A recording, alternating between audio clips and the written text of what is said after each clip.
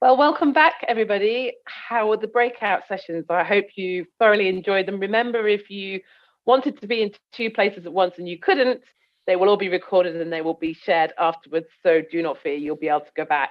I definitely need to catch the other two that I miss being in mine.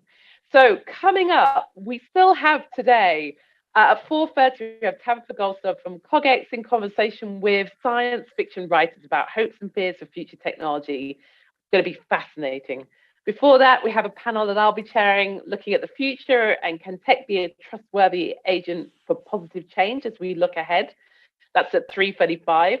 At 3:15, we have a keynote session focusing on climate change, which has already come up already, and the digital ethics discussion. But before all of that, we're moving into our plenary panel now, looking at regulation, assurance, and auditing, which is, regulation has come up, I think, nearly in every panel so far that we've had. Assurance, obviously, with the assurance roadmap being launched today. Auditing, I know, has come up in a number of our conversations. So this panel is really going to draw together, I hope, a lot of the different threads that we've been seeing throughout the discussion already today.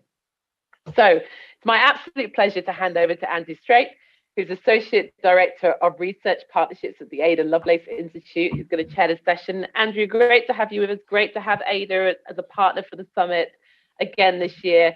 And I will hand over to you to lead us in this fascinating discussion. Thank you. Great, thanks so much, Sue, and very happy to be here today. Well, I'm very excited to introduce our topic for discussion today, which is regulation, assurance, and auditing, and what role different approaches to governance will play in the future of trustworthy AI. Across the world, governments are putting forth novel regulations to govern the development and deployment of AI technologies, from the European Commission's proposed AI Act to the UK's forthcoming white paper on AI regulation. And policymakers in these acts in these proposals are trying to move past this question of if AI will be regulated, more to a question of how best to do so. And wrapped up in these proposals are questions of how developers and policymakers and those affected by these different technologies measure and mitigate the kinds of harms these systems can have while maximizing their benefits. These include proposals for preemptively assessing the impacts of an AI system, along with proposals for auditing their performance and effects after they are deployed.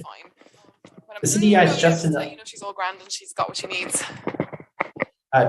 Sorry, getting a little feedback there. The CDI has just announced AI Assurance Framework, which just came out today. Very exciting.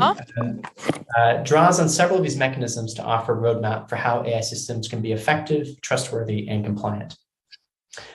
But enormous questions remain around what kinds of AI governance mechanisms will work in practice. How will assurance mechanisms change the relationship between technology developers, regulators, and those affected by technologies? What specific regulatory mechanisms are needed to ensure that we have meaningful assurance with teeth?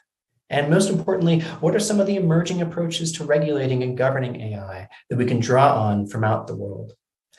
To help us answer these questions, we're joined today by a phenomenal group of experts on AI governance, ethics, and regulation. Professor Luciano Floridi is a professor of philosophy and ethics information at the Oxford Internet Institute. Liz Grennan is the associate partner for global co-leader of digital trust at McKinsey & Company. Stephen Bonner is the executive director for regulatory futures and innovation at the Information Commissioner's Office. Felicity Birch is the executive director for the Center of Data Ethics and Innovation. And lastly, Sana Karangani is the head of the UK government's Office for Artificial Intelligence. I'm very excited to welcome all of our fantastic speakers today. Thank you for joining us. We'll start the discussion with each panelist providing a 3 to 4 minute reflection on the theme for this panel, followed by a moderated Q&A. Please, for those listening, do ask any questions using the Q&A feature, and I'll do my best to work these questions in. But for now, we'll start with Professor Floridi. Thank you, Andrew. And as usual, I hope the technology helps and we're not going to have any glitches. When we were preparing the panel, and as usual for the people who are listening, we had a bit of background of who covers what. And I was asked to cover a little bit what happened to self-regulation. How did we get here, essentially? I think that I'm happy to give you a rather personal view. Last year, when same event, I was asked to kind of predict the future. One of those things you do, like with fingers crossed. I said, and I just got lucky, or maybe I could say it, that there's going to be a remarkable importance of auditing. And April, we got the publication of the AI Act, and Article 43 actually mentions, not in exactly the same words, you need to look at the annexes, but it's auditing all the way through. So you don't have to have the crystal ball to see what's going to happen. But how do we go here? And then that's the couple of minutes I have at my disposal to cover that. And because I have a terrible memory, I like sort of round numbers, so 10 years. So if you get 2004, 2014, those two dates, in 2004, Facebook was launched, and there was the IPO of Google. And 10 years later, Google established the Advisory Council for the Right to be Forgotten, which was really the first big, visible, important, significant attempt to do some kind of self-regulation. That was the magic decade, 2004, 2014. Then we spent 2 or 3 years trying to see whether that could work. And since the question is always not what happened in the last 5 years, well, in the last 5 years, we can actually say that self-regulation failed. It didn't quite work the way it should have, it could have. And some of us, involved in first person, or by the way, I should say probably in terms of transparency, I was a member of the advisory board set up by Google. We're hoping it would work. So now what we have is legislation. And I don't want to finish this brief introduction with a negative note only. So yes, it didn't work. It could have worked, but there is a lot that self-regulation can still do. It didn't work in terms of anticipating the legislation, because basically companies didn't quite follow the invitation that was sent by society. But there is a lot that self-regulation can do post-compliance. Compliance is coming, is around the corner. It will be happening. Maybe we have time today to discuss more about the AI Act. But what self-regulation can do more than that is at least a couple of other things that are still there. And I finish here.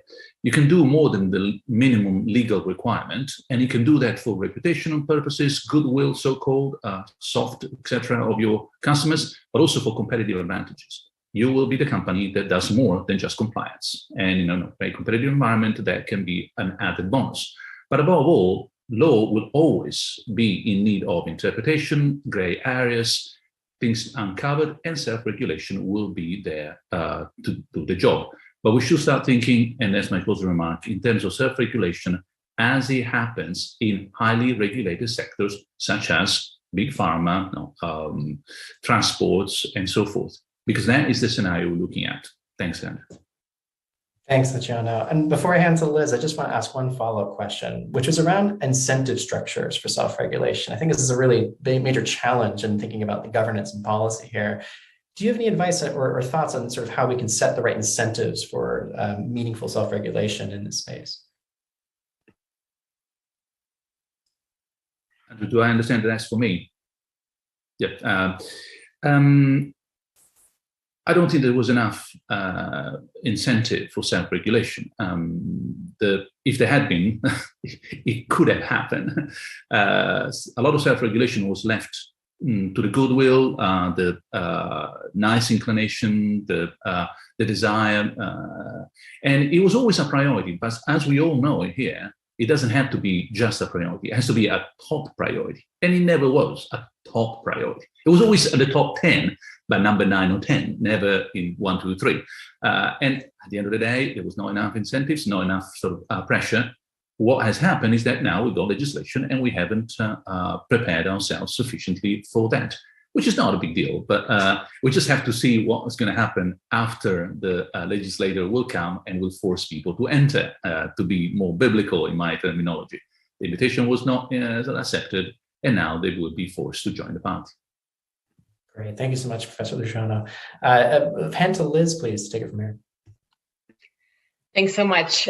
I come at this through a lens of having been a lawyer for the past 20 years. I've since switched over to consulting, but I have always that lens of to Luciano's point around, do more than what the law requires.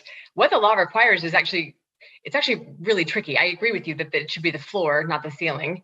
But in this environment, we're watching, as we watch, a lot of companies try to operationalize, for instance, data privacy regulation. It's incredibly complex. It's not interoperable, and it's hard to comply with everything, and there is no silver bullet. So what we see is it is a really necessary fact that organizations who want to comply with any set of regulations, but these are highly dynamic and highly strategic, will need to de-silo. This is the first time what I've ever seen that where lawyers and tech folks have to work together, and with privacy and security. And depending on how an organization is structured, that those groups are not cross-incented to work together, to the question around incentives. So even just the de-siloing requires internal incentivization. And then from an organizational perspective, as we see folks reeling from how do you comply with the whole spate of continually emerging regulations in this space, how do we fit in the AI regulations and not slow down innovation? So I think this is where I think the most important thing, as the regulators proceed and they talk to industry and industry proceeds with its own self-regulation, how do you move into market differentiation in this space? And the word that we use is trust, because I think consumers are understanding on an increasing basis globally, it depends on the jurisdiction, but data privacy, for instance, as a human right, and digital identity forthcoming as a human right. And so I think how we all get treated by the AI, from the high stakes decisions. Do we get loans? Do we get into colleges, universities? Do we get employment opportunities? These are things that should really matter to us as consumers. And how is the AI treating us, and how is it treating us over time? And how much does that, how much does bias scale? So for instance, in medical care, does it matter if I haven't used a great deal of medical care in the past? It would, because it informs the data, and then maybe in the future I don't get enough medical care that I need. So I think we're watching to see this bias at scale, and we're watching as consumers to see how did a decision that a company came up with today, how does that change tomorrow? So, you see these as the continual learning goes, we see these flip-flops with decision making. So this is no problem if I get a new catalog tomorrow because the algorithm decided that I would be a better target. That learning does not bother me. What does bother me is if, treatment options are kind of turned off, turned on capriciously based on continual learning. So I think I come at this as a consumer, I come at it as a parent, I come at it as a lawyer trained to help companies evaluate legal risk. And lastly, I come at this with how do companies actually operationalize this? So themes I think we should be all looking for are interoperability, explainability, of course, and then just the de-siloing and the incentivization for the cross-functional cooperation that enables folks to really address these things. So those are my thoughts. This is my lens. I'm happy to be engaged on this conversation. Thanks so much, Liz. I really appreciate that. Before I turn to Stephen, just one question for you. This point about sort of interoperability, I'm just curious, have you seen that issue fairly or well addressed in any of the proposed legislation or governance conversations yet around AI governance? Or do you think that's an element that's been missing currently from some of these policy conversations? It's funny. I think what the UK is doing is a better approach than the EU approach. Sorry to be polarizing if that is, but I think the EU approach takes the sort of the GDPR arc, which is a regional approach that is extraterritorial, which is a good thing. It basically lends the leadership role that the EU has been playing on these topics. But the UK is recognizing, I think, that the sector specific evaluation matters. There's no silver bullet. This is so complex. So I love that approach. I think the trick is how do you prevent sort of innovation sprints to less regulated jurisdictions? If China has really low regulation environment and you can have 3,000 complex factors contributing to an algorithm and make your underwriting decisions or your loan decisions in seconds. How does a highly regulated region compete? So I think it's interoperable and almost like a minimum set of standards that are required. So you protect the industrial base. So you protect, you don't want folks leaving a region because it's just too hard. But also you really do want the best thinking on this. And I love the UK's approach on this with more narrow tailored approaches. So I think it's kind of it's a wait and see, but I think the thing I found most successful is other treaties. You have two different regions with two different laws as it goes, but then you have something like Safe Harbor or Privacy Shield.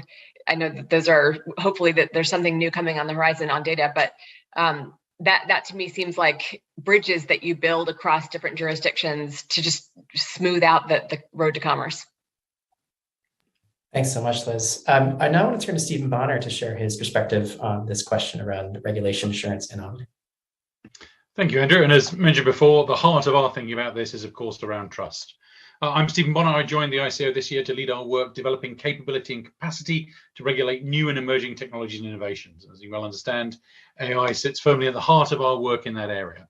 And from our view, a service might have all kinds of potential benefits, but if people don't trust it, they won't use it. And one of the core ways to achieve that trust is through high regulatory standards, including data protection. Innovation is enabled, not threatened, by high data protection standards. The first goal of our information rights strategic plan is to increase the public's trust and confidence in how data is used and made available. So we get this free flow of data, but with trust. And this means not just thinking purely in terms of the laws. We heard that needs to be minimum baseline. We see that data protection and data ethics overlap, but in some areas they are separate, and in some situations they might even conflict. But this minimum baseline that legislation provides us, it's important. If you're in a restaurant, you want to make certain it's set a certain minimum health standard. But when you're selecting a restaurant, that isn't all you use. You look at, it might be as a consumer, you prefer your food to be fair trade or organic. It might be you're just looking for the absolute cheapest meal you can get. Different consumers will have different needs and desires above this baseline, but some of the elements core in data protection, such as transparency, will enable better consumer trust in these areas. And obviously AI is front and center in these kind of discussions. But in our focus, we look not just at any one particular technology or capability, because we believe they will soon be pervasive across all processes, but actually look at the life cycle, the outcomes, and people taking accountability for delivering the service they're offering, whatever technologies are used within it. So that's the beauty of operating in a principles-based framework. We can still apply even as technology changes rapidly and give a level of confidence and comfort both to innovators to develop new products, but also consumers to have trust to use those products. We're turning these principles into practicality. We've got things like our Explain AI guidance, the AI and Data Protection Risk Toolkit, very relevant to our discussion later around auditing. This turns some of these concepts into practical controls that people can select. Very useful if you're creating an audit checklist. And we also look at individual rights. These aren't things that can be distilled down just into a checklist, although that's a valuable way of being able to demonstrate that you have accuracy, that bias is being contained, that discrimination is under control, and that core data protection principles like lawfulness, data minimization, security are all being considered. To the questions about being joined up, we absolutely see that anything that reduces complexity in this environment increases certainty for innovators and allows business to thrive while getting to better outcomes. So we're joined up globally, but even in the UK, across the digital regulators, we have the Digital Regulators Cooperation Forum, building trust in organizations to get single views on key topics. And algorithmic processing is absolutely one of the top 4 items within the work plan for that join up across regulators like ourselves, Ofcom, FCA, and CMA. We want to make sure people are making good decisions before things ever get close to needing to be enforced. If people build this thinking in from the start, they don't have to unpick it halfway through. They don't have to go back. If they have spent a large amount of money building something that damages trust, it's possible they might be able to get the money back in innovation, but once trust is gone, it's often lost forever. So we think regulation enables trust and trust enables innovation. So we're very keen to see developments in this area, to see AI reach its full potential while still making sure it protects the rights of individuals. Thanks so much, Stephen. And before I go to Sana, I just want to ask you again a quick follow-up question. The guidance piece, I think, is essential. And I think the UK has been, I would argue, a fairly strong leader in the sense of providing guidance to industry developers or private developers on how to think about these issues.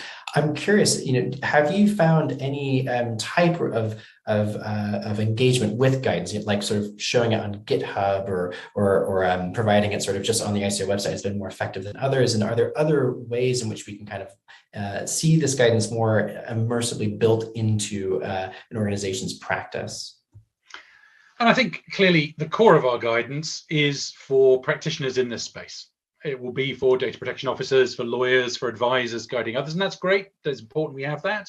But I think for guidance to have real impact, we need to go to where the decisions are being made. And often in some of these new and emerging technologies, decisions are not necessarily being made in the legal teams, in the oversight teams, in the governance team. They're embedded in the technical areas. So an example we've done this year to try and get very much on the front foot of that would be an example of our children's code, where we've made sure there's design guidance for designers. So using Miro toolkits to host design guidance so that those building UXs can actually incorporate components from the start to design out dark patterns that would abuse individuals. And that's been award-winning and a fantastic way of going to where the decisions are being made. We're not quite there yet on AI. We've got the frameworks, but we're working to get closer to that. You can see a world where regulation becomes part of the code and is embedded within these technologies. And we want to be there where the decisions are being made, because that way we avoid harm up front.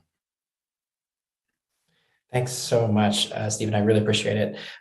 With that, I'll go to Senna from the Office for AI to share a bit more about her considerations and thoughts on this issue of auditing assurance and regulation. Thank you so much, Andrew. So I'm Sana Karagani. I head up the UK government's Office for AI. I hope you've all read the National AI Strategy. If not, please do. You'll hear a lot of what I'm about to say kind of reiterated in there. But basically, kind of where do we sit on this question? Since the UK has left the EU, we have an opportunity to make sure that the regulatory regime that we have here is really fit for the digital age. And getting this right, as all the panelists have said, is crucial, not only for boosting productivity and realizing our ambitions for UK to be a science and tech superpower, but also for the trust and safety of our citizens. So our recent plan for digital regulation made clear that we want to put innovation and encourage innovation at the heart of how we regulate. Our vision's pretty clear. We want to govern digital technologies in a clear and proportionate way that drives prosperity while minimizing harms to the economy, security, and society. And then when government considers new measures, we're not necessarily talking about formal regulation.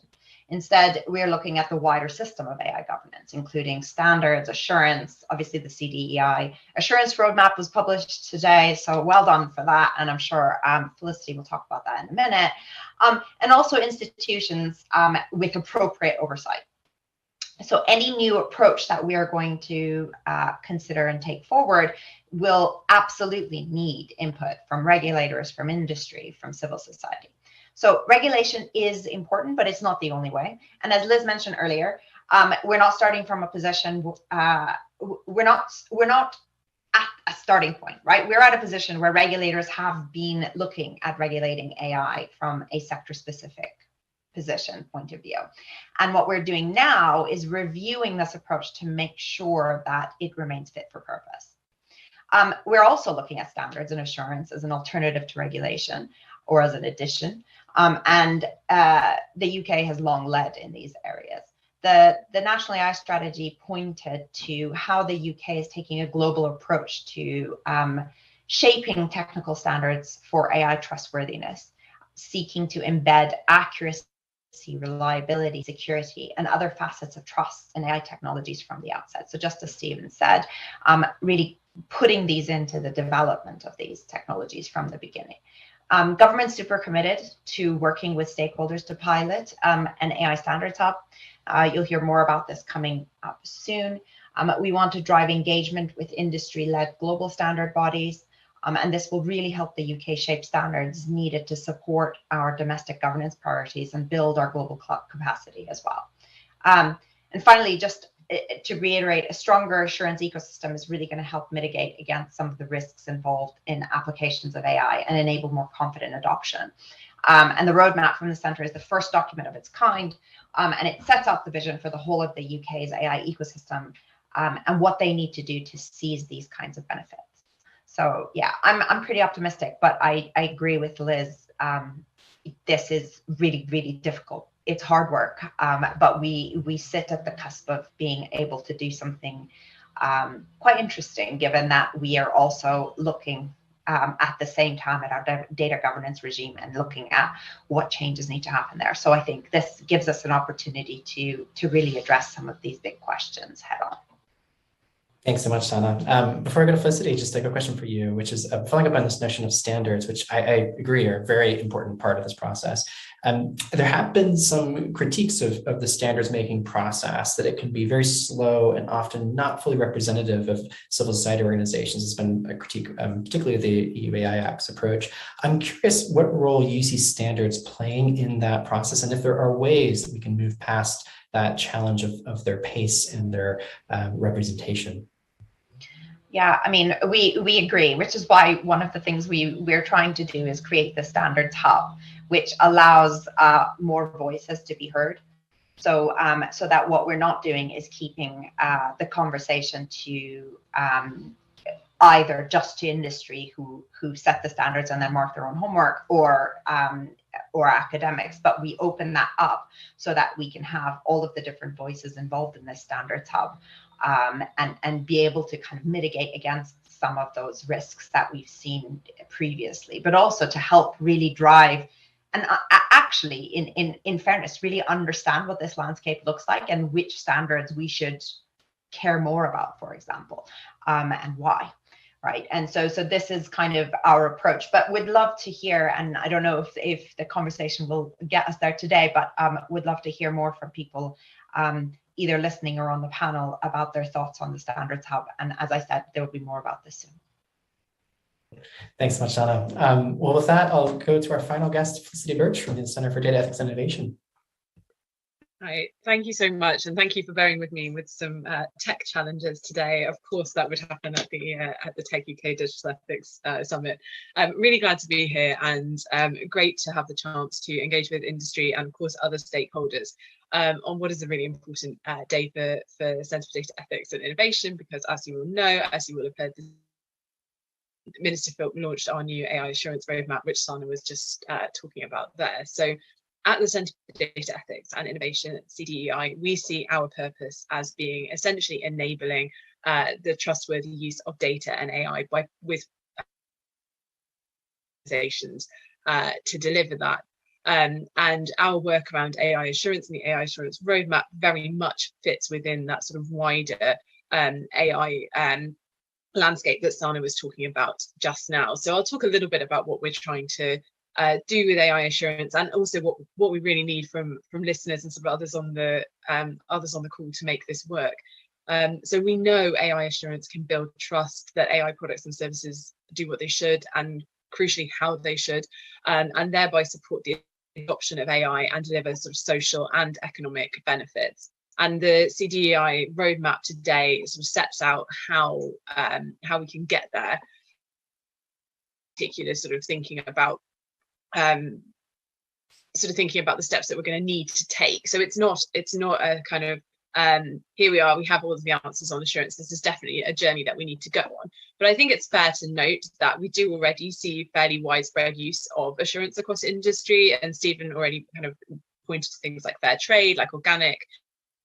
And, you know, we see it used to support corporate governance, to demonstrate the accuracy of companies' financial statements. This is a well-used tool to help industry function better, to help customers, be they business-to-business customers or B2C customers, sort of understand and build justified trust in AI systems. And I think the other thing that's worth noting here, actually, and what we've seen from our work with stakeholders, is that demand for AI assurance is already growing, and there is a market emerging to respond to that. So some of the established large players in this space, as well as specialist startups, sort of getting offer these services on things like audits, on risk assessments, performance testing, and on a range of topics as well. So some of the big issues that we really care about when it comes to AI, thinking about algorithmic bias, robustness, and data protection. So this market is springing up. That's really good news. I think what we want to do with the roadmap is to effective as possible. And the reason is we see this as a big opportunity in two ways.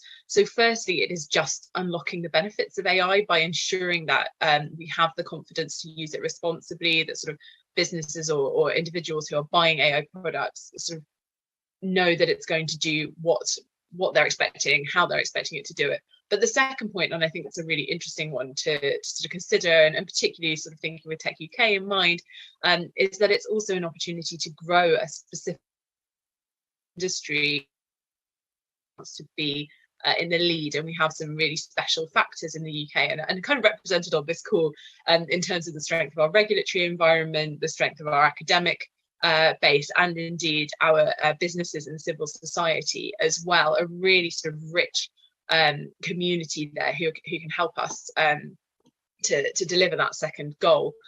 So what we're trying to build a bit of a common understanding around the assurance techniques that we need to develop and bring together that diversity of views, make sure we're hearing people that have been involved with the roadmap so far.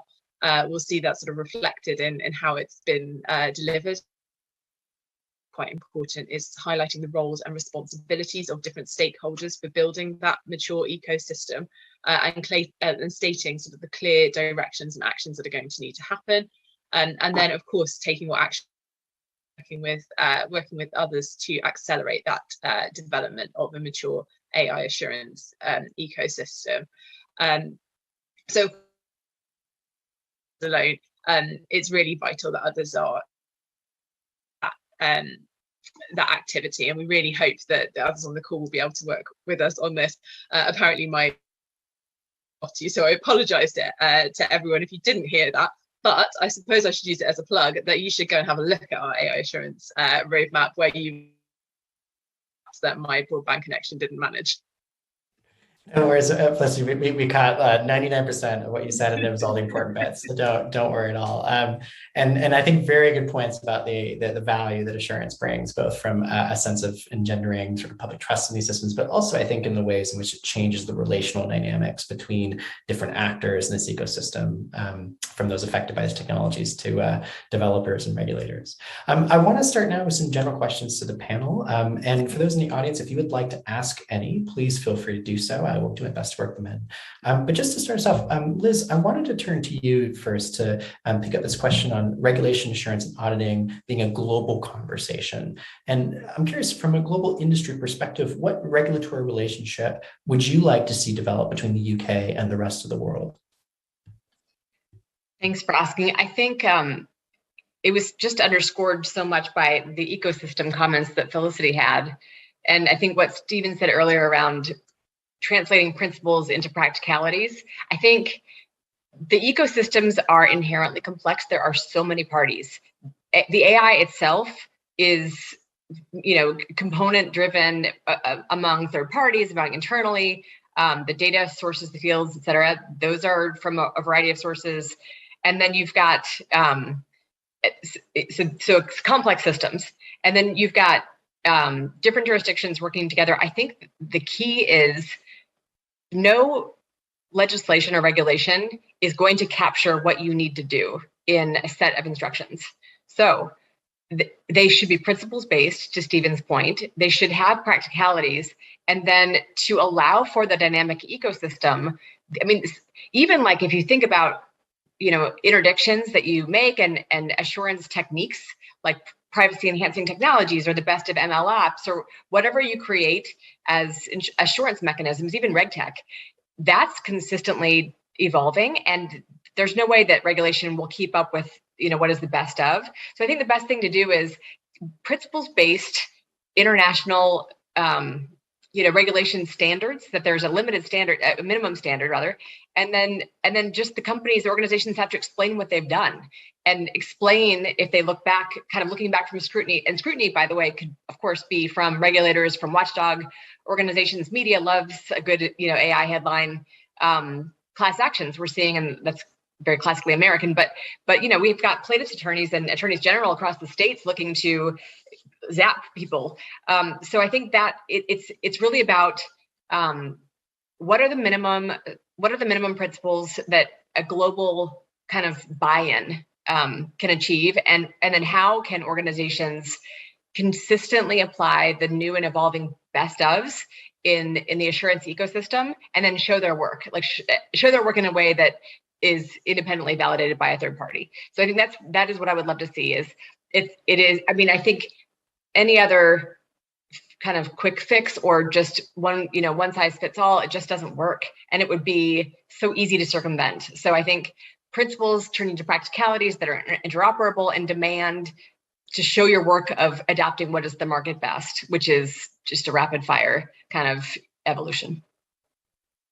Great, thanks so much, Liz. I want to turn to Luciano for this next question. This is from the audience. You have recently published a paper, or a series of papers on the ethics-based audits. And the question from the audience is, how can that be used to foster more ethical behavior within the industry?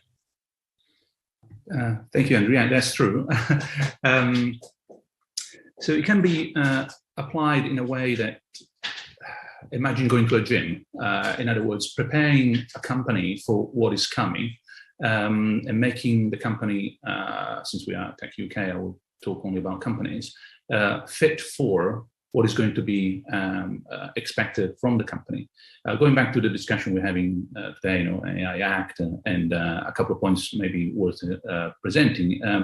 We do have universal principles on AI. I mean, we just have to sort of follow what we have already signed as UK, for example, as members of the OECD. The principles are there. And we need to make sure that, speaking of ethics-based AI, auditing, we take into account the Brussels effect, whether we like it or not. That's like not liking sort of bad weather. You better go out with an umbrella. Denying that there's bad weather is not a policy. You do get wet. The Brussels effect is a fact, whether we like it or not, whether we are inside, outside, halfway in, or elsewhere on the moon. It's going to happen. So AI Act, welcome to the Brussels effect. So doing already today, as for example, working with a couple of companies, we are already seeing companies doing, adopting some kind of AI auditing, and with specific principle. We're talking auditing. We're not talking about general directional travel. How you do it, what exactly is the material scope, the normative baseline, the procedural regularity, all down to the fine-grained analysis. Doing that on an ethics-based analysis, OECD principle or EU, Brussels effect, that prepares you for what is going to come tomorrow. That would be a long-sighted perspective from a company that knows what's going to happen, say, next year, 18 months, 24. Thanks so much, Luciano. And I think that kind of touches on a good point about sort of the role that auditing will play in a UK approach towards regulation. I'm curious, Sana, working on this question around the UK's approach to regulation, do you see kind of a way in which auditing in particular will be baked into the sort of UK's regulation? Do you see this as something that would be mandated as a regulatory requirement, something that might be more of a soft governance approach? Any sense of where you see that best fitting in? I mean, like some of the other things I've mentioned, standards, assurance, there's a multitude of these kind of different approaches, non-regulatory approaches that you can take. And auditing for me fits into that, as does things like AI monitoring tools and things like that Jack Clark talks about in his papers, etc.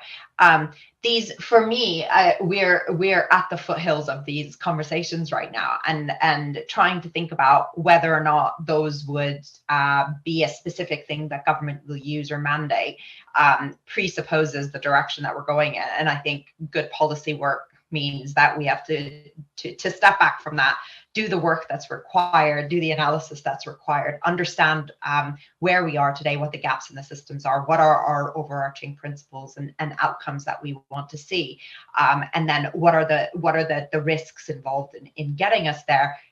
Set this out, have a proper consultation across the board, make sure that we're hearing from all parts of the ecosystem before then deciding which of these things will be mandatory, which will be self-governed, and so on. And as I mentioned, regulators themselves play a massive role in that with us, because they have done a huge amount of work in this since 2018, when the UK set out its initial position on AI regulation, which was, it's a regulators themselves need to take account for this. They need to have a very strong voice in kind of how we take this forward. So I can't answer that question because I think it presupposes some of the things that we're actually working on understanding now, and it would point to us going in a predefined direction. And so I feel like we need to think about it before we can properly answer that question. Right. It's a very good point. And I think just to, without drilling too much on auditing, but I think it's an interesting example of one of the ways in which we can try to work in more participatory forms of engagement between developers and those affected by a community. That's been a critical component of many of the auditing techniques that members of academia and civil society have addressed. And Felicity, I'm conscious that the assurance framework, the roadmap that you offer, does a really brilliant job of outlining the kind of relational dynamics you'd like to see between different actors in this ecosystem: regulators, civil society, independent researchers, people who would be affected by the community.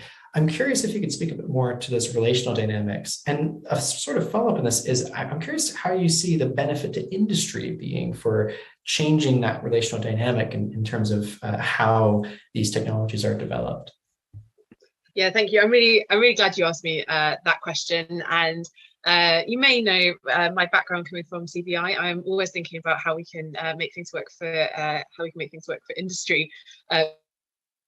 We think is really important in this roadmap. It's often industry that is at the frontier in terms of how new technologies and their capabilities are being developed, but it's also often auditing and analytical tools that deliver the assurance mechanisms that we want. So first, it's really vital that we are engaging with industry on this. And I think that 6 steps that we've set out do kind of indicate the places that with industry players. And I saw that there was a kind of question regarding this, and I would particularly point you to that's when we really want to engage with industry, and from quite different perspectives. So I guess it depends what kind of industry player you are, but if you are potentially getting into the space where you would like to be providing assurance, one of the things that we think is really important is growing the market for assurance. I mentioned in my opening remarks that there are new products and services developing here, but the market is fairly nascent, it's fairly fragmented, and it is often quite focused on the needs of the developers. So what we engage with private sector organisations alongside regulators, government, others on this call to shape what an effective market for AI assurance services looks like, to fill gaps, to fill skills gaps as well, right incentives to develop a really effective AI assurance landscape, and one that delivers for the supply chain. And I guess the sort of flip side of that, that's your supply side. But on the demand side of things, I think it's really important then that the assurance products and organisations and are driven by the kind of reputational and ethical concerns that organisations had. And we need also those who are accountable for AI systems to understand what kind of assurance they need and to demand and receive sort of actionable evidence proposed by AI to society. So, accountability is driven by regulation and standards, but also really making sure that businesses themselves are developing that awareness of what the material risks are and kind of competing for commercial and public trust. So working with us to kind of help understand what those issues are and how we can engage. I think one thing, just as a sort of final point on this, that is pretty crucial, is that we definitely see this roadmap as the first line in the conversation and not the last. We really do want you to engage with us. Do get in touch with CDEI, and if you've got comments and feedback on how we can make this stronger, this is a journey that we will want to go on together. Thanks so much, Felicity. Stephen, I'm conscious that, again, on this topic of auditing, the ICO has its AI auditing framework. I was curious if you want to comment on this question about where you see auditing fitting into this question of assurance and regulation. Yeah, I mean, I think it's as Sana points out, we're at a fairly early stage in the whole maturity of this area, but there are things we can do now to help prepare the groundwork for future capability. So, we see organizations having to carry out due diligence over suppliers, and often there's quite a wide difference in technical capability between those players, or if teams are developing things in-house, they might not have considered the full range of circumstances. I know there's a question, are we still working to develop the AI framework? Absolutely we are. The beta version feedback just closed a week ago, so I'm not sure. Seems like an element of a slightly delayed algorithm in your news feed. Whoever is asking that question, we're happy to share updated details, but absolutely. I mean, we think it's going to fit neatly into the work CDI are doing, more importantly around the wider piece, but particularly for those developing now, for those looking to conduct due diligence, for those looking to build things and differentiate themselves meaningfully, not just with marketing messages, but with practical improvements in what their solutions can do. Having standard frameworks, ways of approaching these sets of controls to think about is vital for all players. We're still a long way off from how that gets formalized and embedded into things, but at least we can help people now make better choices, allow developers to produce and highlight that there is a market advantage for taking this thing seriously and embedding the correct answers, and for consumers, those buying the solutions or those using them, gain comfort that at least something has been considered in a standardized way. And that removes friction from the ecosystem. It allows the best innovations to thrive, and it gets us better outcomes. So we're very keen on this as part of, but as laid out, there's a long journey here to make this fully embedded as mature as we see in other areas. I worked for many years for some of the world's most major accountancy firms, and I can assure you that auditing of financial statements is still a live problem, even hundreds of years since it was first considered in Venice. So this is not something we will fix in the short term, but that's no reason not to make fantastic progress and lay out what requirements are likely to look like to move that baseline upwards and protect everyone better.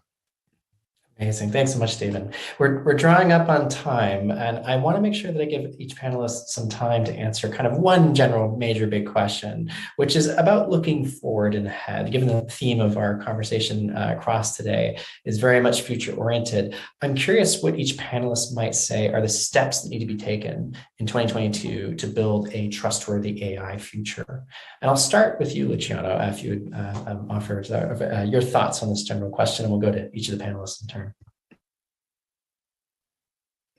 Okay, so at the risk of getting it completely wrong and trying to see what the future may look like, I think the conversation we're having today, it's wonderful, and it will keep developing, and a lot of the things we said today, we'll see the fruit of this, etc. But because academic research has to anticipate the future, not cope with it as it happens, I think the next big step will be to see what involvement the whole sector of insurance can do for AI. At the moment, the whole insurance sector, the InsurTech, is basically looking at the digital revolution as something that affects itself, as in, how am I going to change? The next step will be how am I going to facilitate the digital transformation, AI included? Because one of the things we'll be talking about are risks, and risks, you can transform risk into cost through an insurance. So as far as I can tell, I'm happy to come back next year and say, told you so, InsurTech, here they come. Can't wait for that conversation next year. Liz, I'll go to you.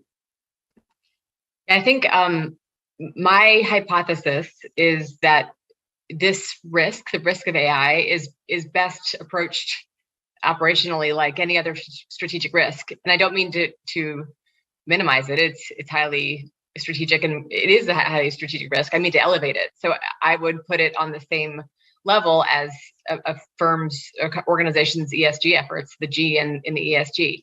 I think this should be a board level, top down, required, central point to the addressing of strategic risk in any organization. So I think themes for organizations to get this right, in my mind, are integration and creating these cross-functional teams that will communicate early and create sort of agile risk management, agile that runs along the speed of innovation for organizations. I think that gets to the how. I think there's so many people working on the what, and I think it's so useful to ripple it all through the organization. And I'll add a sort of an acknowledged component to it, which I've just seen practically. There's a communications piece to this that organizations need, because it is it's easy to let this sit in silos.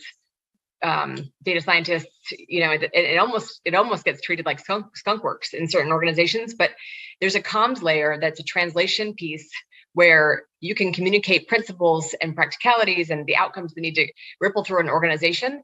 That needs to go on a level that everyone can understand in whatever stakeholder group you've got. So I would say integration, elevation to strategic risk, inclusion, and then the communications piece that translates it out to all corners of the organization. Really good points. It's a very good point about the challenge of operationalizing this, and I think your points around sort of how do we get this disseminated across different teams is a very good challenge for the next year. Stephen, curious if you have any considerations or thoughts for what you would like to see. It's Christmas time, so we can think about this as the New Year's resolution. I'm not sure if I'm on the naughty or nice list, so it may not be personally for me. But when I reflect on the future here, I observe something quite fascinating. I'm hugely optimistic. These technologies have at their heart the ability to unlock the massive amounts of data we have to produce far better outcomes. Economic growth, better social outcomes, better empowerment of individuals. There's a fantastic opportunity here. And what's so bizarrely ironic, we've talked so much about trust, is the way at its heart of trust is you say what you're going to do and then you do what you said. And unfortunately, particularly for a specialism that's already gone through at least 2 AI winters for making massive claims that then couldn't be followed up, again, we see AI marketing, we see a tone around this as if there is some fantastic magic pixie dust sprinkled into AI, when increasingly some of the products labeled AI are just nested if statements, which, can be very effective, but isn't really what it's claiming to be. And if we continue to see some of the players in this market over-claiming their capabilities, over-claiming and covering up the risks and problems with their tools, we'll lose the trust and engagement and opportunity that's fantastically here. We're at a cusp point where if this is done well, we can unlock fantastic opportunity, but many of the players in this space are making claims that just aren't true. And that's going to result in a massive loss of trust. And it is just so weird for a specialism that has been through that at least twice before. You would think the 3rd time round we would have learned for this. So my future hope is that, yes, we unpack our gifts on Christmas Day, and it's a bright AI future that's definitely possible, and not some terrible product we managed to buy off some internet thing that claimed to be things that it sadly isn't. Okay, so New Year's resolution, tamp down the hype. I think that makes perfect sense to me. Sana, I'm curious for your thoughts on what would make for a trustworthy AI future in the next year ahead. Right. So I might bring this kind of back down to earth and say that for me, there are 2 things. One is to get our national position on AI governance right. And then once we've got that, to take it international, because these technologies don't have borders. We have borders. And I don't remember who said in the panel earlier, but there are lots of countries who aren't taking the same approach as us. So I think being able to have a solid national position and then getting out there on international platform and ensuring that our international like-minded countries also are aware of the downfalls of not following a more strict kind of approach is what I would like to see over the next year to get these things right, as well as everything everyone else said. A very good point. I think that would be an enormous achievement to get the UK strategy outlined and done. Well, that leaves us with Felicity. I'm curious for your final thoughts on today about what you'd like to see in the future to make the right step, the right direction. Brilliant, thank you. And very hard to build on such comprehensive and excellent comments from my colleagues. But I think maybe 3 things that overall there is clearly the outcome that we want to achieve from all of this is that more organizations and individuals are able to use AI confidently, and it is delivering the things that they want it to, and to deliver that. And I think that then there are sort of organizational activities and ecosystem activities that need to happen to make that a reality.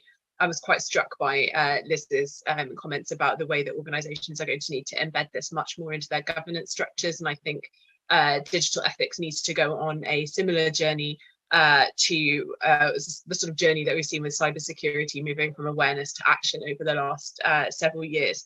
And then at an ecosystem level, clearly we need to make progress against the CDEI's AI assurance roadmap. So I encourage everyone who has joined this call today, not only to read the roadmap, but also to engage with it as well. And we really do want your feedback, your active engagement, and your challenge throughout this process.